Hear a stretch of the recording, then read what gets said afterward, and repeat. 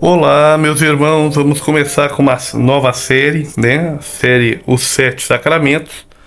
E vamos começar hoje com o batismo, não é verdade? Então, o batismo é, então, o primeiro dos sacramentos, né? É a porta de entrada para a igreja e a porta de entrada para termos condição de receber os demais sacramentos, né? Sabemos que são 7 sacramentos, sendo o primeiro deles então o batismo. Então o batismo é o primeiro e o principal sacramento para o perdão dos pecados. Esse sacramento nos une a Cristo morto e ressuscitado e nos dá o Espírito Santo. Então o batismo constitui o nascimento para uma vida nova em Cristo, segundo a vontade de Deus. Então ele é necessário para a nossa salvação, como a própria igreja no qual o batismo introduz. Então o rito essencial do batismo consiste então em mergulhar na água, né? Baptismo, né? Quer dizer, mergulho, né? Do candidato, ou derramar a água sobre a cabeça. O nosso batismo é com água e não de água. Então a água é o condutor, né, do Espírito Santo. Então tem que ser água limpa. Então ele é o condutor do Espírito Santo. Então, e tem que ser pronunciada a fórmula, né? A invocação da Santíssima Trindade, isto é, do Pai, do Filho e do Espírito Santo. Então eu te batizo em nome do Pai, e do Filho e do Espírito Santo. O fruto do batismo, ou graça batismal, é uma realidade rica que comporta a remissão do pecado original e de todos os pecados pessoais. Então, o nascimento para então uma vida nova em Cristo, pelo qual os homens, né?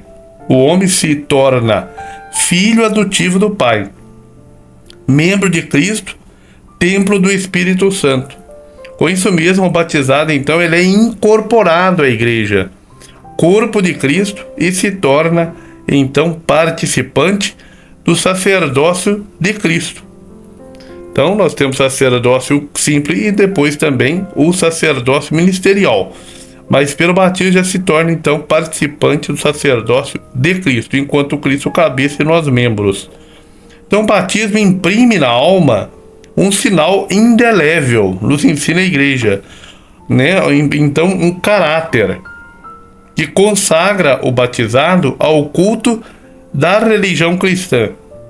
Em razão do caráter, o batismo não pode ser reiterado, não é isso? Então nós não somos anabatistas, ou seja, o batismo sendo válido, uma vez batizado, ele então imprime esse sinal indelével na alma. Muito bem, os que morreram por causa da fé, os catecúmenos e todos os homens que, sob o impulso da graça, sem conhecerem a igreja, procuram com sinceridade a Deus e se esforçam por cumprir a vontade dele, podem ser salvos, mesmo que não tenham recebido o batismo, conforme nos ensina Lumen Gentium 16. Muito bem, batismo de crianças. Então, por nascer então as crianças com a natureza humana decaída depois do pecado original, também as crianças precisam de novo nascimento no batismo, conforme o Denzinger 1514, a fim de serem libertadas do poder das trevas e serem transferidas para o domínio da liberdade dos filhos de Deus. Colossenses capítulo 1, versículo 12 ao 14, para o qual todos os homens são chamados. A gratuidade pura da graça da salvação é particularmente manifestada no batismo das crianças. A igreja e os pais privariam então a criança da graça inestimável de tornar-se filho de Deus se não lhe conferissem o batismo pouco depois do nascimento. Então é maravilhoso a criança poder se tornar, em vez de inimigas de Deus pelo pecado original, pecado de transmissão e não de contração. Então isso seria uma graça inestimável, ou seja, receber então a amizade de volta de Deus, o perdão do pecado original e essa remissão que é trazida por nosso Senhor Jesus Cristo. Então, ou seja, essa amizade com Deus é muito querida às nossas criancinhas.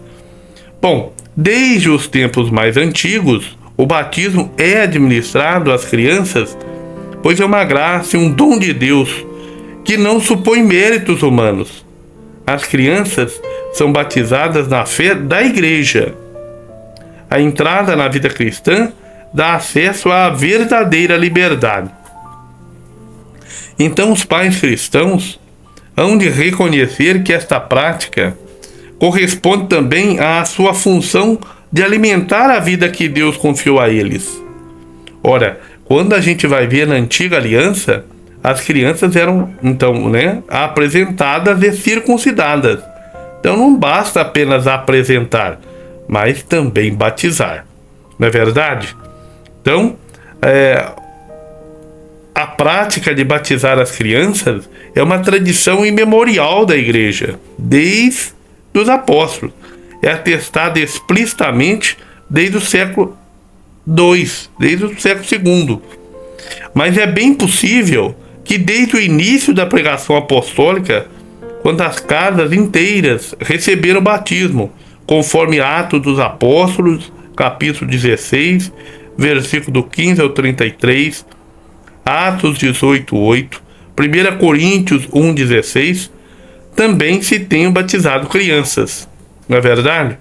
Então, isso com relação ao batismo das crianças. Então não privaremos as nossas crianças da graça de Deus, desta inestimável graça do batismo e a amizade com Deus, sua união com Deus. Bom, o batismo dos adultos. Desde as origens da igreja, o batismo dos adultos, é a situação mais corrente, lá onde o anúncio do evangelho é ainda recente. Então, por que não se batizava muito crianças quando a gente vai ler o Novo Testamento? Ora, porque ainda não existiam famílias cristãs. À medida que vão existindo, as pessoas vão se convertendo, vão se atualizando, então da antiga aliança para a nova aliança, então vai tendo famílias cristãs. Então há necessidade então de batizar as crianças. E então tinha muitos catecumenatos, ou seja, essas conversões já das pessoas já adultas. Então o catecumenato, então toda aquela preparação para o batismo, ocupa então um lugar importante, sendo iniciação à fé, à vida cristã, deve então dispor para um acolhimento do dom de Deus no batismo, na confirmação e também na Eucaristia.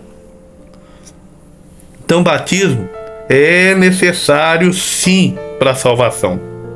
Então nosso Senhor mesmo, nosso Senhor Jesus Cristo afirma que o batismo é necessário para a salvação, conforme São João 3, versículo 5. Também ordenou a seus discípulos que anunciassem o evangelho e batizassem todas as nações, conforme São Mateus, capítulo 28, versículo 19 ao 20. Também Lumen Gentium 14. Então, o batismo é necessário para a salvação, para aqueles aos quais o evangelho foi anunciado e nunca tiveram a possibilidade de pedir esse sacramento, não é verdade? Como São Marcos 16. Então, a igreja não conhece outro meio senão o batismo para garantir a entrada na bem-aventurança eterna. Não é verdade? Da importância de pregar o evangelho e de levar essa graça, esse dom de Deus a todos. É por isso que cuida de não negligenciar a missão que recebeu do Senhor, de fazer renascer da água e do Espírito todos aqueles que podem ser batizados. Então Deus ligou a salvação ao sacramento do batismo, mas Ele mesmo não está ligado aos seus sacramentos. Então, nós temos, por exemplo, o batismo de desejo e o batismo de sangue. Então, desde sempre a igreja mantém firme, então, a convicção de que as pessoas que morrem, em razão da fé, sem terem recebido o batismo, são batizadas por sua morte, né, por e com Cristo. Este batismo de sangue, com o desejo do batismo, acarreta os frutos do batismo sem ser sacramento. Ora, para os catecúmenos que morrem antes de seu batismo, seu desejo explícito de recebê-lo, juntamente com o arrependimento dos seus pecados e com a caridade, garante-lhes a salvação que não puderam receber pelo sacramento. Então, agora, com relação ao batismo, os que morrem sem o batismo. Muito bem.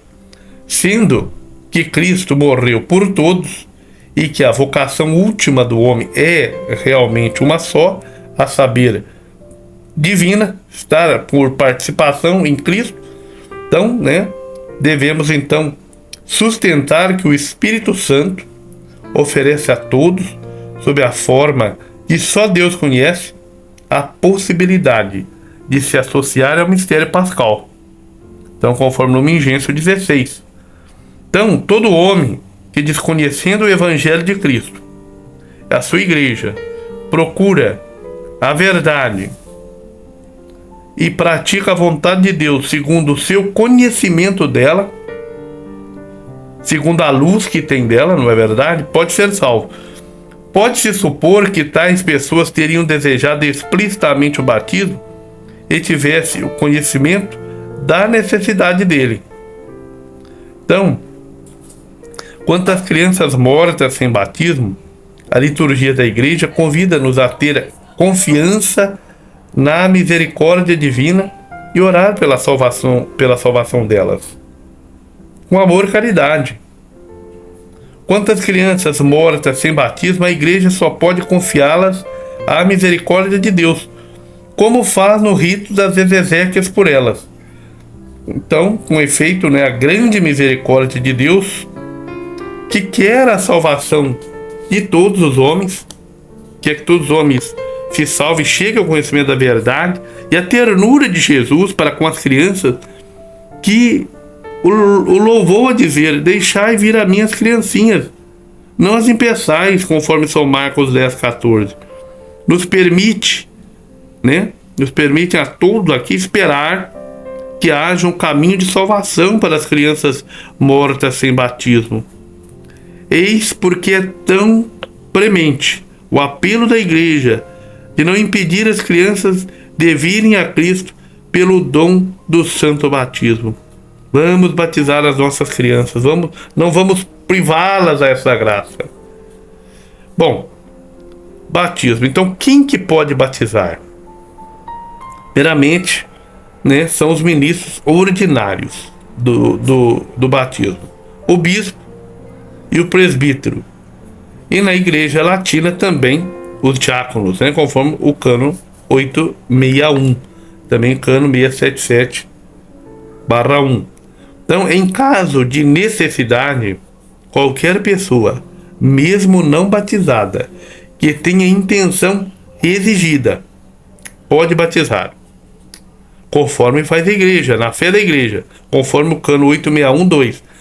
A intenção requerida é querer fazer o que a igreja faz quando batiza e aplicar a fórmula batismal trinitária.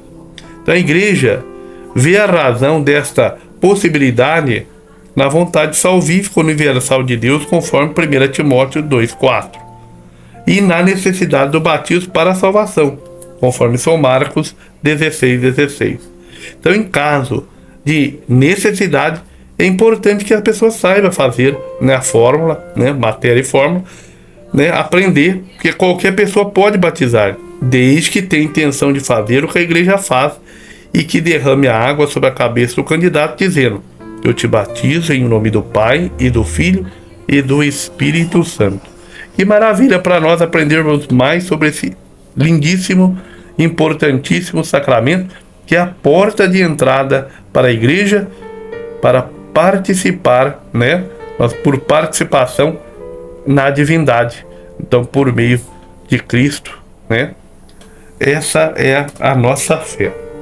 Que maravilha! Então, hoje aprendemos sobre o batismo. Nessa série, logo mais, teremos os demais sacramentos. Um grande abraço, muito obrigado, curta e compartilha.